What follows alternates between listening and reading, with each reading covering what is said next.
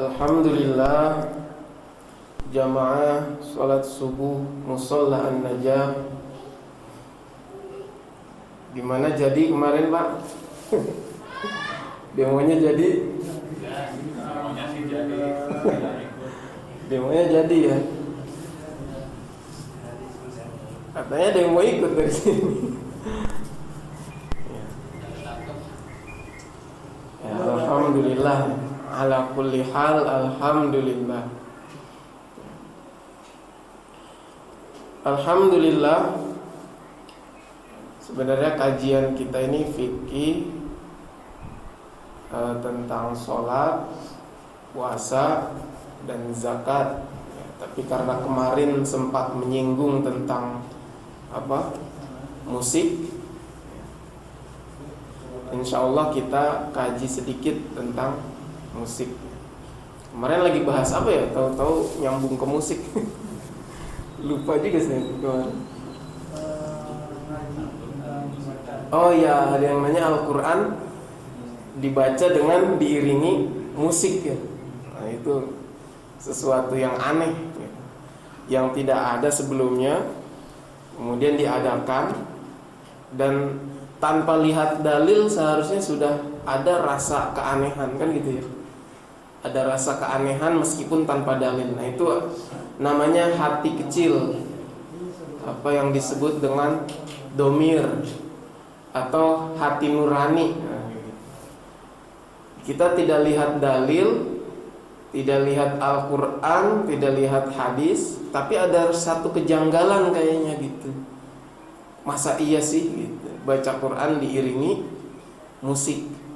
Kecuali dia baca Quran, orang lain ada yang sedang main musik, itu beda lagi. Tapi kalau dia yang baca Quran, dia juga yang sambil nyetel musik atau diiringi dengan musik, nah itu aneh. Anehnya kenapa? Nah, ini kita akan kaji. Jadi ada ayat-ayat Al-Quran yang menunjukkan bahwa musik itu memang diharamkan. Ada ya, ada. Tapi pemahaman ulama ada yang berbeda pendapat. Berbeda pendapatnya bagaimana?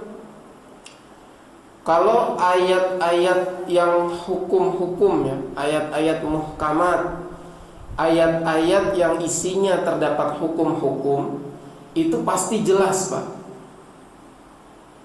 Jelas nggak di Quran itu ayat-ayat yang berisi tentang hukum? Kalau nggak jelas maka bisa kacau, ya kan? Sedangkan Al-Quran itu berisi tentang pedoman hidup manusia. Contoh misalnya haramnya makan daging babi. Di Quran ada nggak, Pak? Ada di Quran. Dan itu jelas ayatnya, tanpa perlu tafsir, tanpa perlu takwil, ya kan? Disebutkan apa itu? Hurrimat alaikumul maitatu waddamu walahmul khinzir. Nah, disebut di situ. Bahkan redaksinya pertama kali dimulai dengan hurrimat. Jadi tanpa ambil kesimpulan dari ulama manapun, Al-Quran sendiri sudah menyimpulkan. Artinya diharamkan. Nah, udah nggak usah ada perbedaan pendapat itu. Diharamkan bagimu apa itu tadi? Mayit, ya, bangkai itu haram. Darah haram, darah nggak boleh diminum. Kalau yang minum berarti Dracula. Dan daging babi disebut itu daging babi. Nah, itu jelas. Jadi semua yang halal yang haram itu jelas. Al halalu bayyin wal haramu bayyin. Halal itu jelas, haram itu jelas. Nah, itu kuncinya itu. Itu dulu kuncinya. Contoh lain yang diharamkan apa? Judi, ya kan? Haram. Jelas itu, nggak usah berbeda pendapat lagi.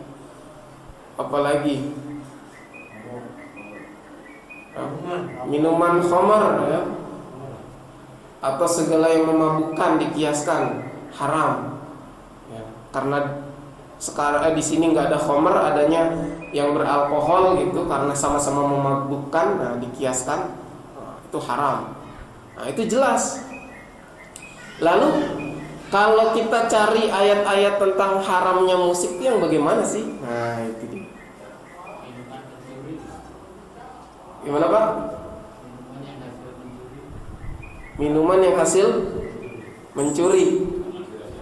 Ya, mencurinya haram, ya kan? Tapi kalau orang yang menerima hasil minuman dari mencuri, dia nggak tahu kalau itu hasil curian, nggak kenapa-napa. Kalau dia tidak tahu. Tapi kalau tahu nggak boleh. Ya, kalau tahu tidak boleh. Itu syubhat masuknya. Lebih baik dihindarkan. Lebih baik dihindarkan. Karena kalau kita tahu terus kita terima baik-baik saja, ya, ketangkep KPK. Ya, kan rumusannya begitu ya. Yang masalah crazy rich itu kan, dia nggak tahu, dia nerima, tapi kalau dia tahu ya bisa keciduk juga. Dianggap bersekutu kan gitu. Dianggap menyetujui, dia tahu dan didiamkan. Jadi mendiamkan kriminal itu kriminal, Pak. Sama dengan Islam juga begitu kan sebenarnya. Makanya ada al-amru bil ma'ruf wan nahyu 'anil munkar.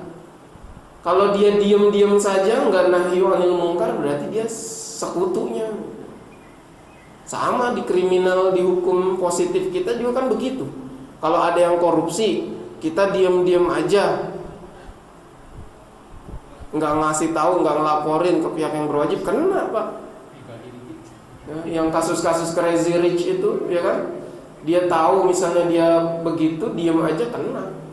Panggil polisi. Ya. Pertama jadi saksi dulu. Nah, ya. korupsi yang benar satu, yang mau korupsi 10. Dia istilah karena nggak setuju disingkirkan. Yang setuju disingkirkan, yang pro sama dia berarti.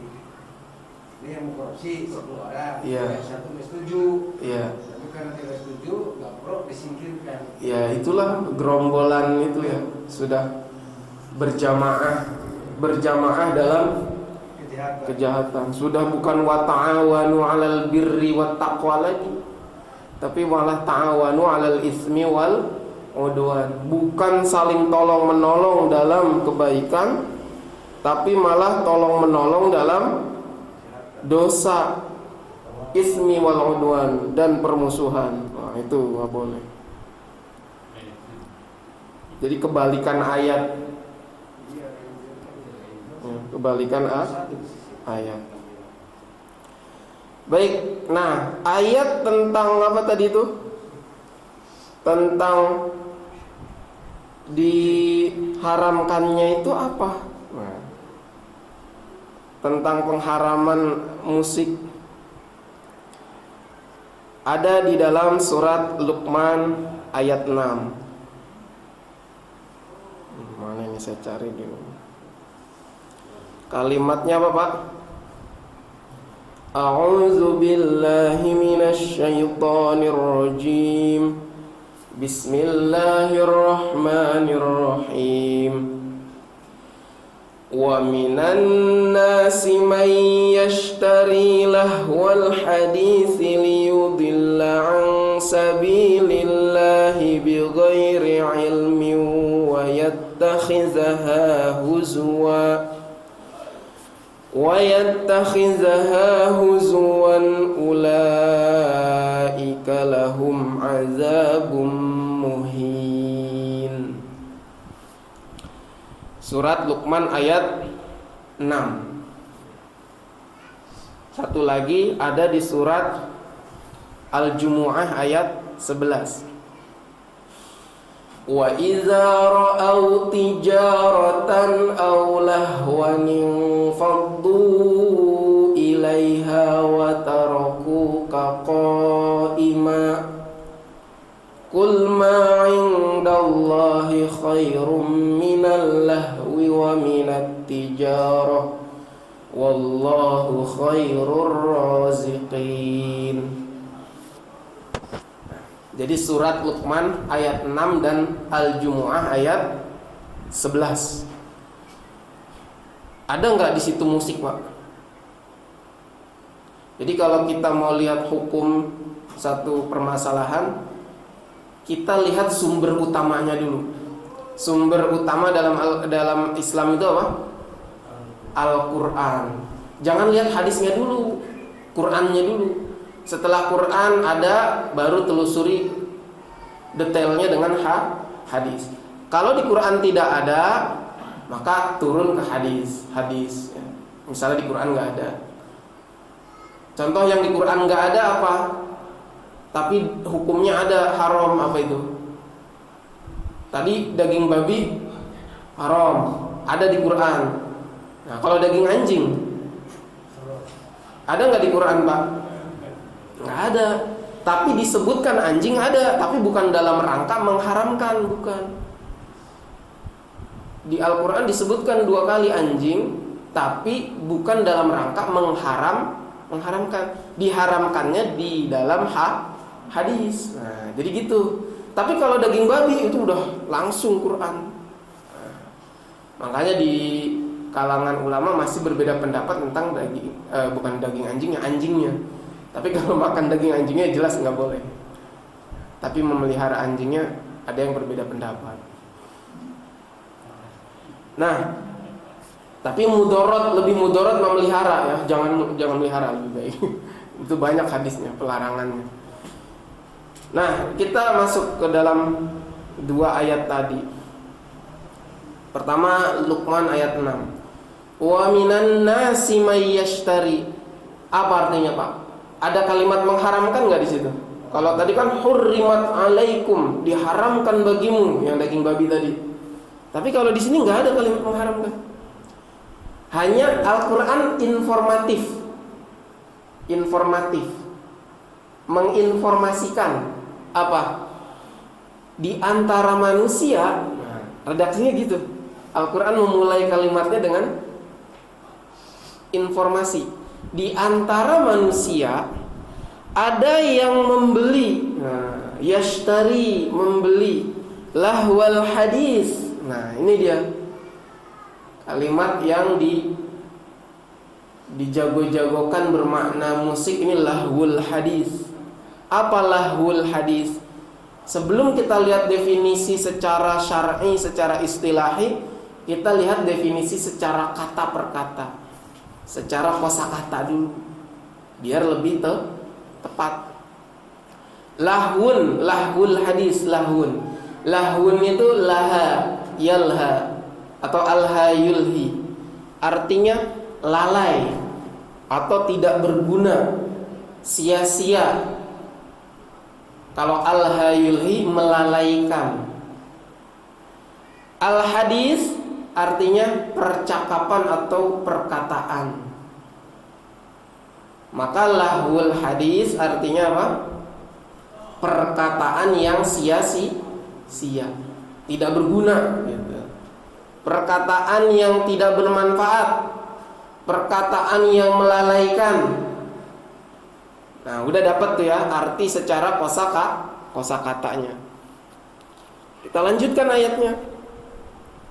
Liyudilla an sabilillahi bighairi ilmin.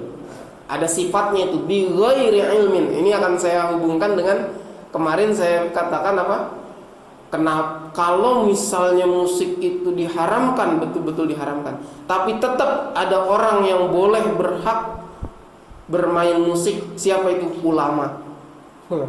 Kenapa saya bilang ulama? Nah, ini nanti.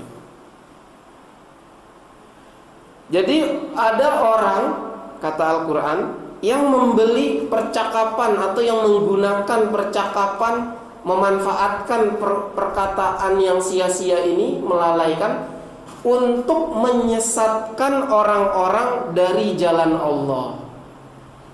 Jadi fungsinya apa? Untuk menyesatkan orang dari jalan Allah. Dengan satu keadaan, bighairi ilmin, tanpa ilmu. Nah, udah makin jelas ya Pak ya. Ini kita terjemahkan secara harfiah dulu. Di antara manusia ada yang menggunakan, memanfaatkan perkataan yang melalaikan untuk menyesatkan orang dari jalan Allah. Belum berhenti sampai situ. Menyesatkan dari jalan Allah tanpa ilmu. Nah, di situ ada tanpa ilmu. Tapi bukan artinya menyesatkan pakai ilmu boleh, nggak boleh juga menyesatkan pakai ilmu. Maknanya dia nggak berilmu, orang itu nggak paham, jahil gitu. Udah jahil, maka dari itu dia menyesatkan manusia. Nah, makanya di dalam surat Al-Hujurat itu kan kita temu in ja'akum fasikum binaba'in fatabayyanu an tusibu qauman bijahalatin fatusbihu ala ma fa'altum nadimin. Kalau kita dengar satu berita dari satu orang yang diduga dia orang yang enggak taat, dia fasik, kadang sholat, kadang enggak begitu, kadang puasa, kadang enggak, jangan langsung percaya, tabayyun dulu, karena bisa jadi musibah itu. Nah, itu karena tanpa ilmu. Nah, begitupun ayat ini. Jadi karena orang itu banyak yang istilahnya tanpa ilmu, kemudian dia mudah sekali menyesatkan orang. Nah, makanya saya bilang, kalau musik itu haram, maka yang berhak, ya masih remang-remang gitu antara haram atau enggak, yang paling berhak orang yang bermain musik adalah ulama. Karena ulama dengan ilmunya yang gak mungkin menyesatkan manusia. Ya, contoh di Indonesia ini yang kita kenal dengan Wali Songo. Bagaimana dengan hal-hal yang tadinya di kalangan manusia itu dianggap satu hal yang syubhat, kemudian diputarbalikkan 180 derajat, justru jadi media dakwah. Itu dia. Jadi diputer itu alat, diputer itu media supaya jadi media dakwah. Wa yattakhidhaha huzwa, dan menjadikannya satu olok-olokan, ya, menjadikan orang yang berada di jalan Allah itu diolok-olok. Nah, ini nggak boleh. Kita masuk ke dalam tafsirnya nih. Lahwul hadis, ya, di dalam tafsirnya itu disebutkan sebagai, ya, di sini yang masyhur yang pertama adalah Abdullah bin Mas'ud, itu mengatakan ketika ditanya tentang ayat ini, lahwul hadis artinya adalah al-ghina. Nah, ini terang-terangan dikatakan perkataan yang sia-sia itu adalah maksudnya adalah musik atau lagu. Al-ghina itu lagu. Itu kata sahabat Abdullah bin Mas'ud. Jadi lebih spesifik lagi nih. Secara syar'i maksud dari lahwul hadis adalah lagu. Kata siapa itu? Bukan kata saya. Ya, karena saya nggak berilmu dengan waktu turunnya Al-Quran ini gitu kan. Yang lebih tahu sahabat, karena sahabat Nabi hidup di zaman Nabi dan ikut membersamai turunnya ayat-ayat Al-Quran. Ketika ditanya apa maksud wa minan nasi may yashtari lahwal hadis ini, kata Abdullah bin Mas'ud, maksud lahwul hadis adalah lagu. Apakah selesai? Kalau selesai itu lagu, ya sudah, finish. Jadi seluruh lagu itu hukumnya haram. Gimana tuh, Pak? Ya, langsung ada pertanyaan. Dunia sepi. Dunia sepi. Kalau lagu atau musik nggak mengandung Al-Quran, tapi kebanyakan yang di lagu-lagu itu masalah lagu itu, lagu istilahnya apa namanya? Bukan lagu yang bahasa Indonesia, tapi mengandung Al-Quran atau mengandung dangdut, itu memang ada. Dia sedangkan pencariannya di situ, di musik. Gimana? Nah, itu dia. Nah, kita belum bisa jawab dulu. Nanti kita selesaikan dulu nih. Makanya kalau kita berhenti ngaji cuma sampai tadi pendapat Abdullah bin Mas'ud dan kita tidak telusuri detailnya maksud lagu itu apa, udah finish, nggak ada lagu gitu. Bagi umat Islam yang benar-benar ngajinya detail gitu, misalnya baru sampai situ gitu. Nah, makanya kita lanjutin dulu nih untuk menjawab itu, ya Pak ya. Nah, jadi jangan dulu berhenti nih sampai sini. Kita lihat lagi apa maksud lahul hadis ya menurut yang lain. Ya. Banyak yang bertanya kepada Abdullah bin Mas'ud, jawabannya konsisten. Jadi lahul hadis itu dikatakan lagi di sini di pertanyaan kedua lagu. Waduh, lagu lagi. Ya, musik lagi ini. Ya. Kemudian Al Hasan Al Basri, tabi'in setelah zaman sahabat, tabi'in. Ditanya juga nih, apa maksud lahul hadis? Nah, beliau rahimahullah menjawab al-ghina wal mazamir. Jadi lagu dan alat musiknya. Jadi dua, lagunya, suaranya dan alat-alat musiknya. Nah, mazamir itu apa ya? Lebih pasnya alat musik yang berupa seruling.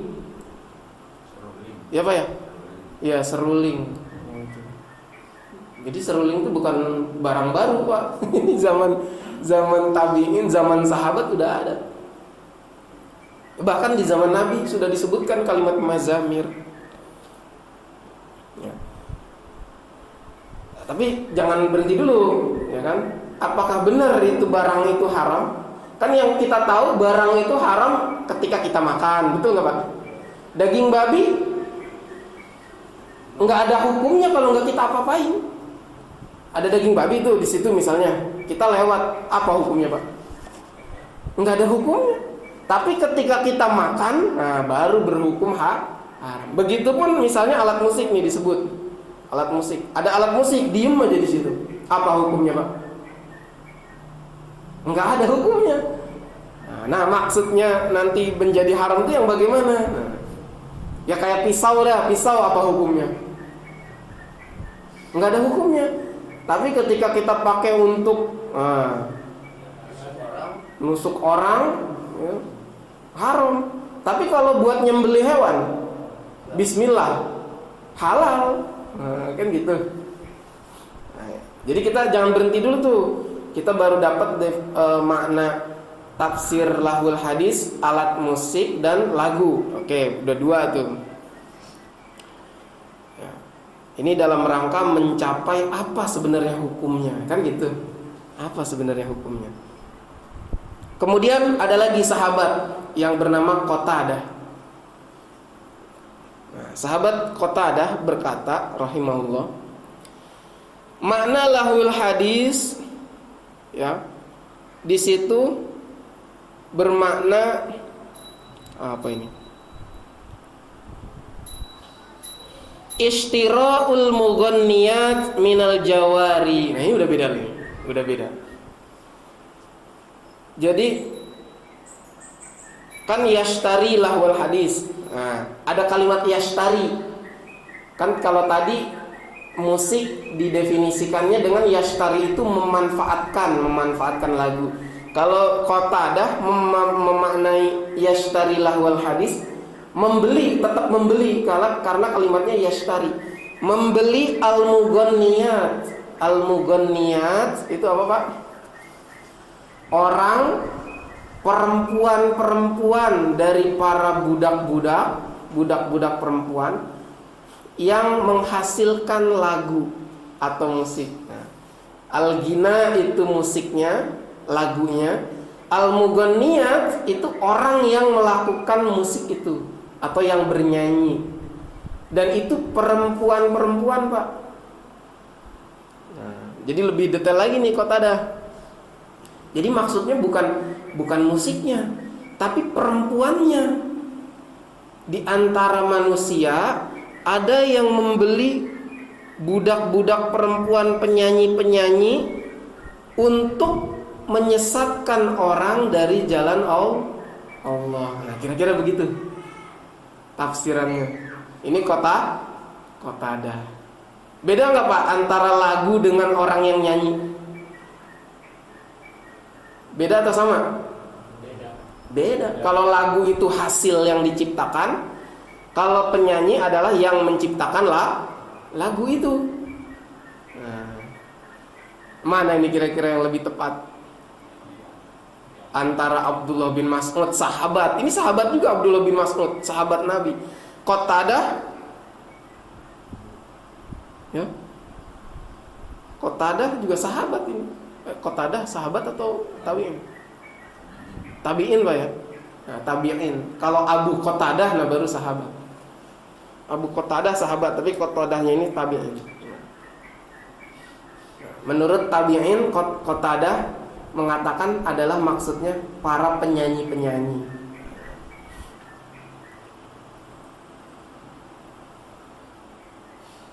Jadi udah dapat berapa definisi itu? 3 ya. Lagu, kemudian lagu dan alat musiknya, kemudian yang ketiga adalah penyanyi-penyanyi wanita dari para budak-budak itu. Ya. Maka dikatakan di sini oleh Ibnu Abi Hatim, la yahullu bai'ul mughanniyat wala syira'uhunna wa aklu asmanihinna haram. Ya, tidak halal, tidak boleh membeli perempuan-perempuan penyanyi-penyanyi itu, ya. Menjual penyanyi-penyanyi perempuan itu dan membelinya juga dan mengambil untung daripada atau manfaat daripada perempuan-perempuan penyanyi itu. Nah, kenapa nih? Ada apa di balik perempuan-perempuan ini? Kita lihat kisah Al-Jumu'ah ayat 11 tadi. Al-Jumu'ah ayat 11 tadi gimana? Wa idza ra'au tijaratan. Surat Al-Jumu'ah Pak artinya apa Pak? Salat Jumat. Jadi waktu itu kondisinya lagi dalam rangka mau sholat Jumat. Rasulullah sedang khutbah di atas mimbar.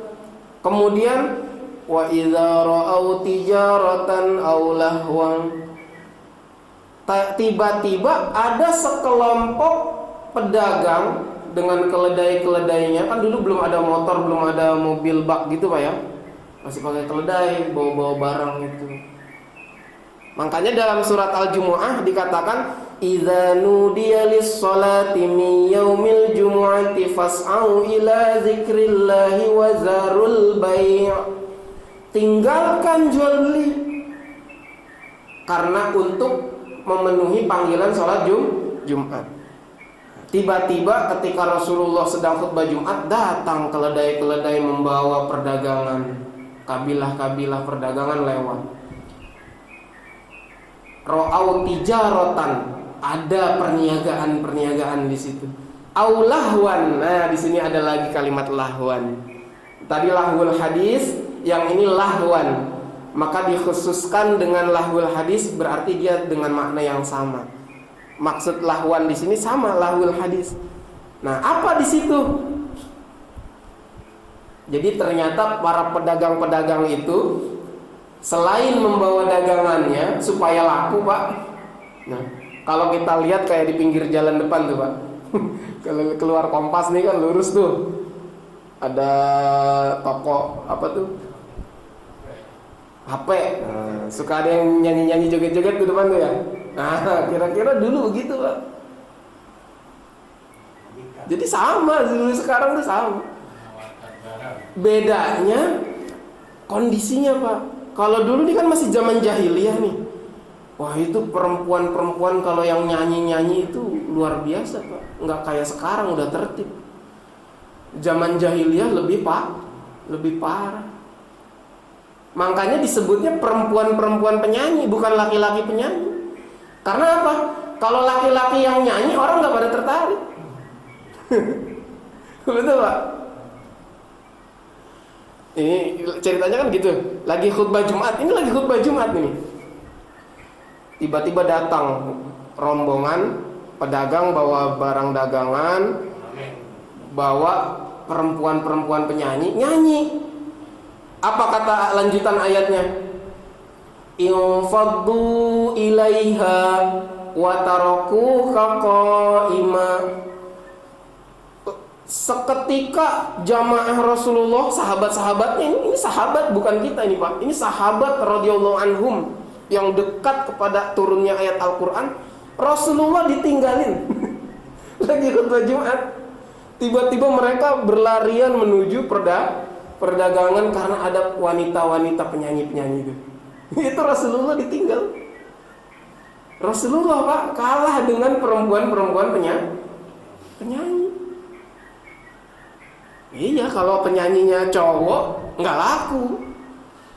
Kalau penyanyinya cowok nggak laku. Yang lagi Jumatan cowok semua, ya, mana mau, nggak tertarik. Dan dari dulu udah ada itu perempuan-perempuan dipakai untuk menyanyi. Ya bahkan yang sudah zaman modern sekarang aja kita udah kenal namanya tari perut gitu ya. Ada istilah tari perut. Tahu Pak tari perut Pak? Kayak gimana tari perut itu? Ya Allah alam ya kayak gimana? Ya itu sekarang Pak yang udah datang Islam. Bagaimana dulu di zaman Rasulullah itu? Bagaimana tertariknya jamaah lagi dengar khutbah Jumat Rasulullah, meninggalkan Rasulullah pada pergi ke, kalau sekarang istilahnya dangdutan lah gitu. Dangdutannya itu di zaman dulu. Nah itu dengan pakaian yang sedemikian rupa. Akhirnya tersisa berapa orang Pak? Dalam tafsir Imam Ahmad bin Hambal mengatakan itu sisa 12 orang yang masih mendengarkan khutbah Rasulullah. Dan di antara 12 orang itu disebutkan Abu Bakar As-Siddiq, Umar bin Khattab. 2 orang itu yang udah pasti. Yang lainnya wallahu alam. Sedangkan Khalifah Rasyidin kita masih tahu apa, Utsman bin Affan, Ali bin Abi Thalib, itu kemana itu? Nggak disebutkan. Wallahu a'lam ya. Tapi yang pasti disebutkan di situ Abu Bakar As-Siddiq, Umar bin Khattab itu masih mendengarkan khutbah Rasul. Sedangkan sahabat-sahabat lainnya pergi menuju dangdutan. Istilahnya. Rasulullah ditinggalkan. Wataroku kako ima, Rasulullah ditinggalin sendirian sambil berdiri Rasulullah. Nah itu juga syariat khutbah Jumat itu dilakukan secara berdiri. Jadi Rasulullah lagi berdiri khutbah, dicuekin karena ada muganniyat, perempuan-perempuan penyanyi.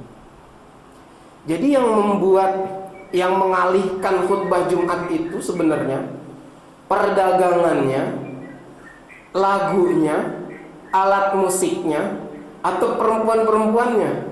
Nah, kira-kira gimana tuh?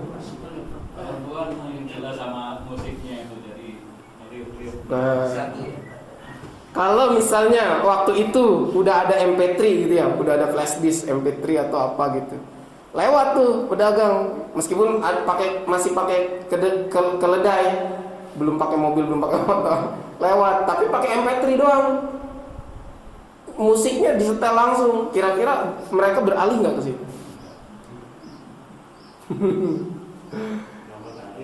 Nggak menarik Pak ya. Nah itu dia kuncinya, nggak menarik.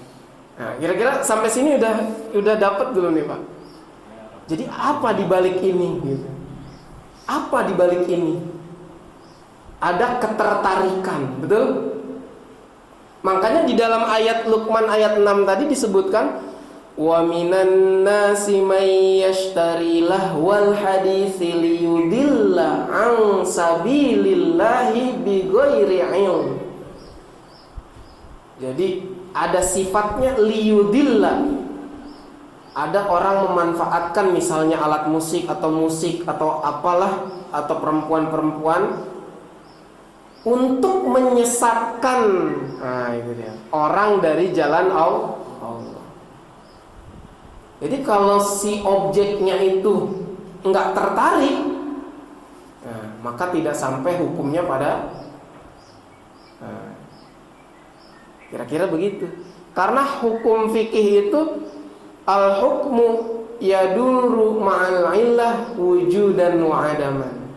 Hukum dalam fikih itu berputar, dinamis, tergantung alasannya, tergantung ilatnya, ada atau tidak ada ilatnya. Kalau kita lihat ada musik tapi orang itu istiqomah, sholat tepat waktu, baca Quran konsisten, tidak ditinggalkan hanya gara-gara dengar musik, nggak ada hukumnya, nggak ada hubungannya. Karena musik itu sendiri dalam Al-Quran tidak secara tegas, tidak secara sharih, memerlukan tafsiran mendetail dan tidak semua orang tahu, kan gitu. Masa Allah menyembunyikan hukumnya sedalam itu?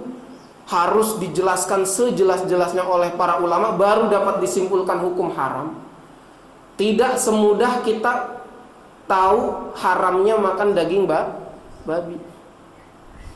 Kalau seperti itu maka ada ketidakbenaran dalam penyampaian hukum, kan? Masa hukum disembunyi-sembunyiin, harus ada ulama dulu yang menjelaskan, kan gitu. Karena Al-Qur'an itu apa? Syahrul Ramadan allazi unzila fihil Qur'anu hudal linnas wa bayyinatin minal huda wal furqan. Kalau Quran tidak secara gamblang hukum halal haramnya diceritakan, disampaikan, wah banyak orang yang tersesat di dunia ini. Nah, kira-kira begitu. Kecuali ayatnya banyak diulang-ulang dan saling mendukung. Ini pun ada 2 tempat dan perlu tetap penjelasan yang sedetail-detailnya baru dapat disimpulkan. Tidak segamblang perjudian, pencurian, zina, khamar, daging babi, ya kan? Berprasangka buruk, kan itu jelas semua ayat-ayatnya. Nah, sedangkan musik kok samar-samar ini. Apa yang dimaksud lahwul hadis? Nah, kembali lagi ke definisi secara kosakata tadi, lahwul hadis. Jangankan musik, perkataan kita saja nih belum berbentuk musik, Pak, baru perkataan, omongan, tapi melalaikan kita dari jalan Allah, maka itu tetap haram.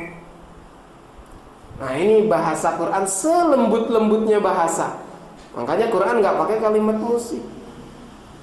Quran pakai kalimatnya lahwul hadis, perkataan yang melalaikan. Misalnya ada orang ceramah, wah kalimat-kalimatnya begitu menggugah, begitu menarik, sampai-sampai melupakan sholat karena perkataannya, itu haram. Kok bisa dia berkata-kata tapi melalaikan daripada sholat? Atau contoh misalnya, ada orang mau sholat, udah azan, tiba-tiba temennya, ke kantin yuk, gue traktir gitu misalnya. Itu ada promo enak, makanan baru promo. Nah, ini perkataan ini bukan musik ini.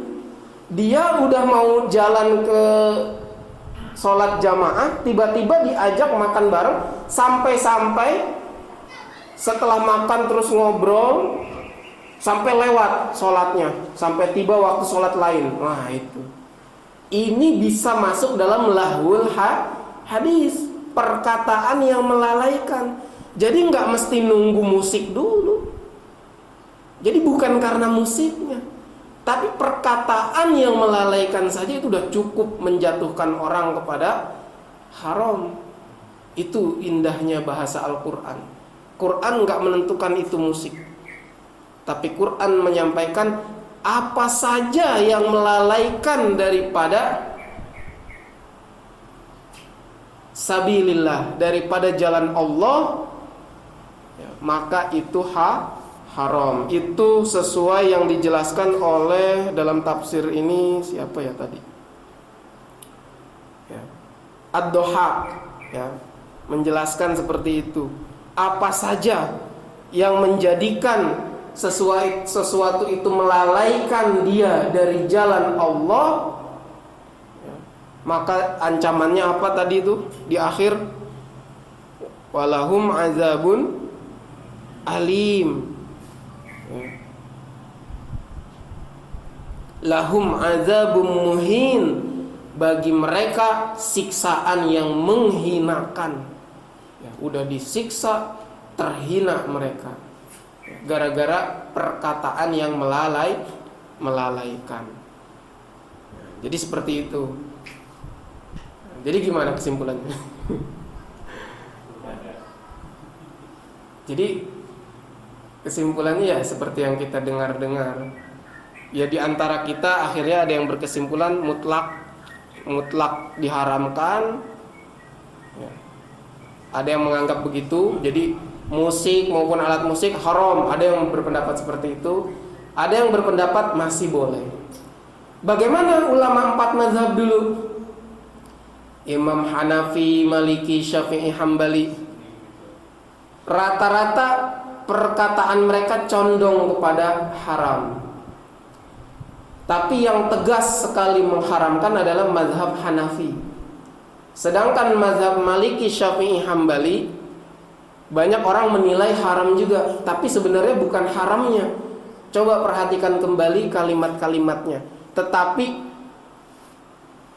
musik itu dapat membawa seseorang kepada kelalaian, kesesatan, kemudian kepada kondisi yang menghinakan, menjauhi daripada rahmat Allah. Nah, perhatikan kalimatnya. Enggak disebutkan secara gamblang haram, enggak. Yang menyebutkan langsung secara gamblang haram itu hanya mazhab Hanafi. Tapi dapat, nah, masih dapat. Jadi musik itu dapat membawa manusia kepada hal-hal tadi itu, kekufuran, kesesatan, seperti itu. Artinya belum tentu kan gitu. Ya gimana? Tanya dulu nih. Di Omah Irama tuh pakai musik, ya musiknya ya dangdut. Tapi ada juga yang dakwah untuk menarik, mengajak kebenaran. Ya itu tadi kan kita sebut tadi. Ya, makanya tadi kita perhatikan lagi ayatnya. Kan ayatnya itu untuk menyesatkan manusia dari jalan Allah. Ini yang berpendapat membolehkan ya. Berarti yang tidak menyesatkan manusia dari jalan Allah, dan itu bukan seperti tafsiran siapa tadi yang terakhir? Qatadah yang mengatakan itu perempuan-perempuan yang menarik pandangan laki-laki sampai khutbah Rasulullah ditinggalkan. Ya misalnya Rhoma Irama kan perempuan-perempuannya nggak ada yang neko-neko kan. Dan penyanyi utamanya juga Rhoma Irama seorang laki-laki gitu kan. Dan lebih kepada isi daripada lirik-liriknya itu dakwah, bahkan mengharamkan judi ya kan. Ya itu seperti istilahnya Wali Songo yang merubah satu kebatilan, dirubah 180 derajat menjadi sarana dakwah. Itu yang termasuk yang ada yang membolehkan. Tapi tetap saja ada di antara kita yang tidak mau ke situ. Ada di antara kita yang musik itu mutlak haram. Maka ini ya bagaimana pemahaman kita terhadap ayat. Jadi kembali lagi kepada yang disampaikan pada hari-hari yang lalu oleh Bapak Haji Ahmad Mulyadi, persepsi. Nah itu dia, persepsi kita kepada ayat. Maka kalau kita mau kaji detail, itu tadi kita jangan potong ayat, baca ayat lengkapnya coba.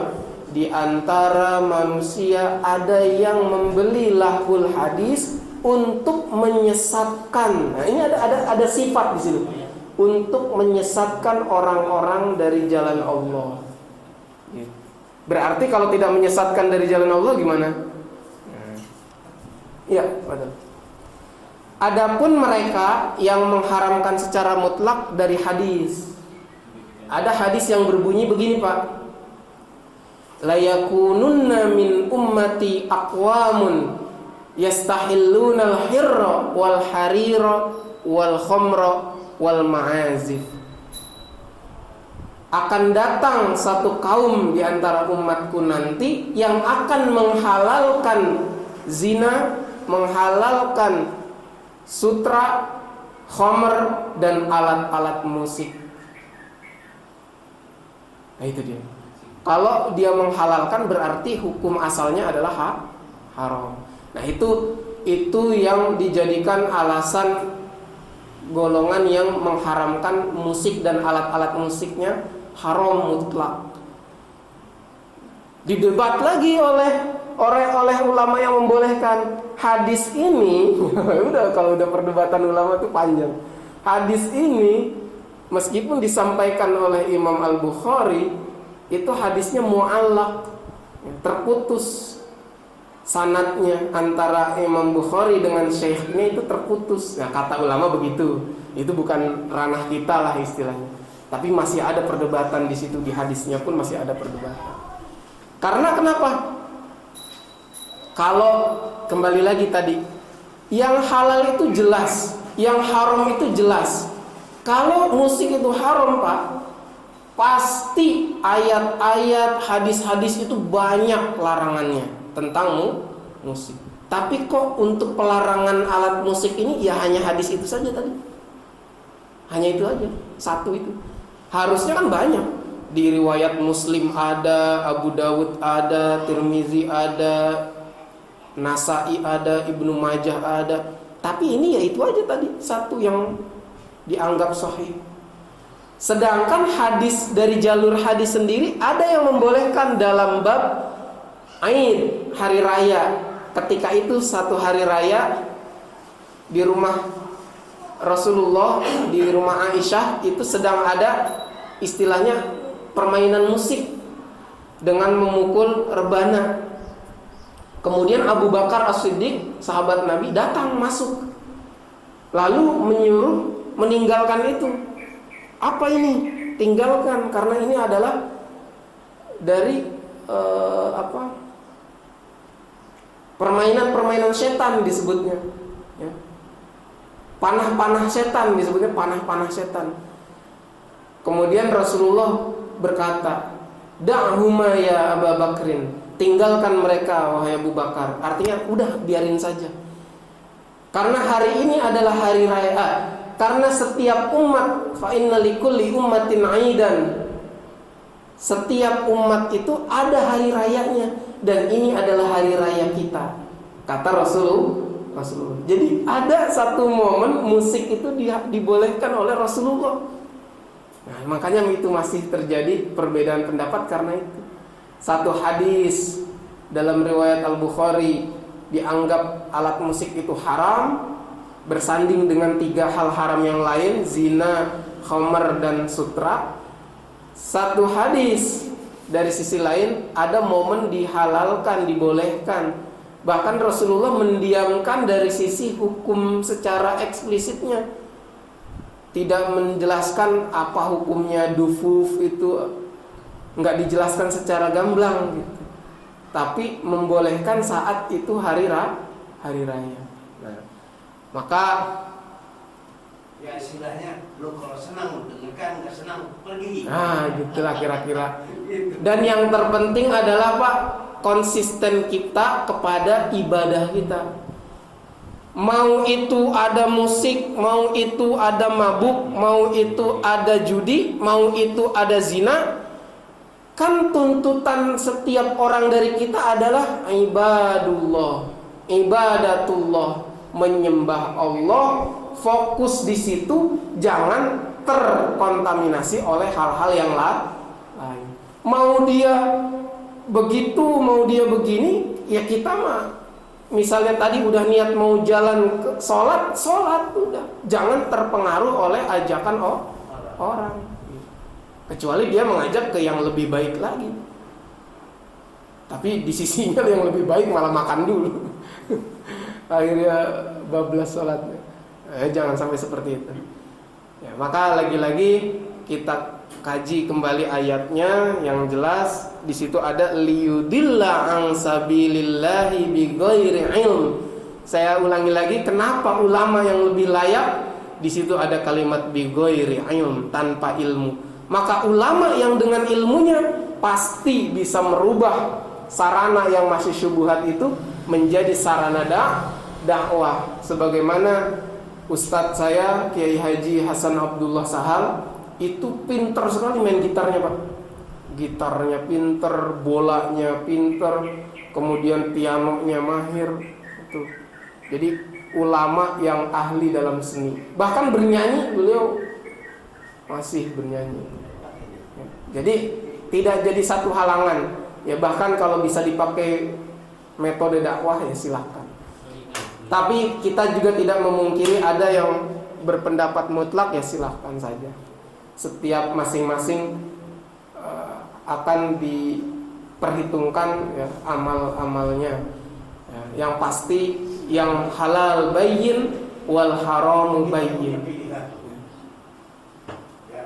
Ya. Sebenarnya tafsir ayat tadi ada satu lagi, Pak. Tafsir yang mengatakan ayat tadi itu ada sekelompok orang-orang yang datang membawa buku-buku, bukan perempuan-perempuan penyanyi, tapi buku-buku bacaan dari Eropa dibawa ke negeri Arab untuk menyesatkan orang supaya tidak baca Quran gitu. Ada tafsir yang mengatakan begitu. Jadi dari sisi tafsirnya pun ini ada dua versi. Versi yang satu mengatakan membawa perdagangan dan wanita-wanita biduan, yang satu lagi membawa buku-buku bacaan tentang sejarah orang-orang di Eropa ya, untuk menyesatkan orang tidak baca Al-Quran. Ini saja, alhamdulillah sudah sampai kita di jam 6. Kurang lebihnya mohon maaf ya. Kalau masih ada kekurangan mohon dimaklumi dan mungkin bisa ditambah di esok hari. Al-afwu minkum billahi taufiq wal hidayah war ridha wal inayah. Wassalamualaikum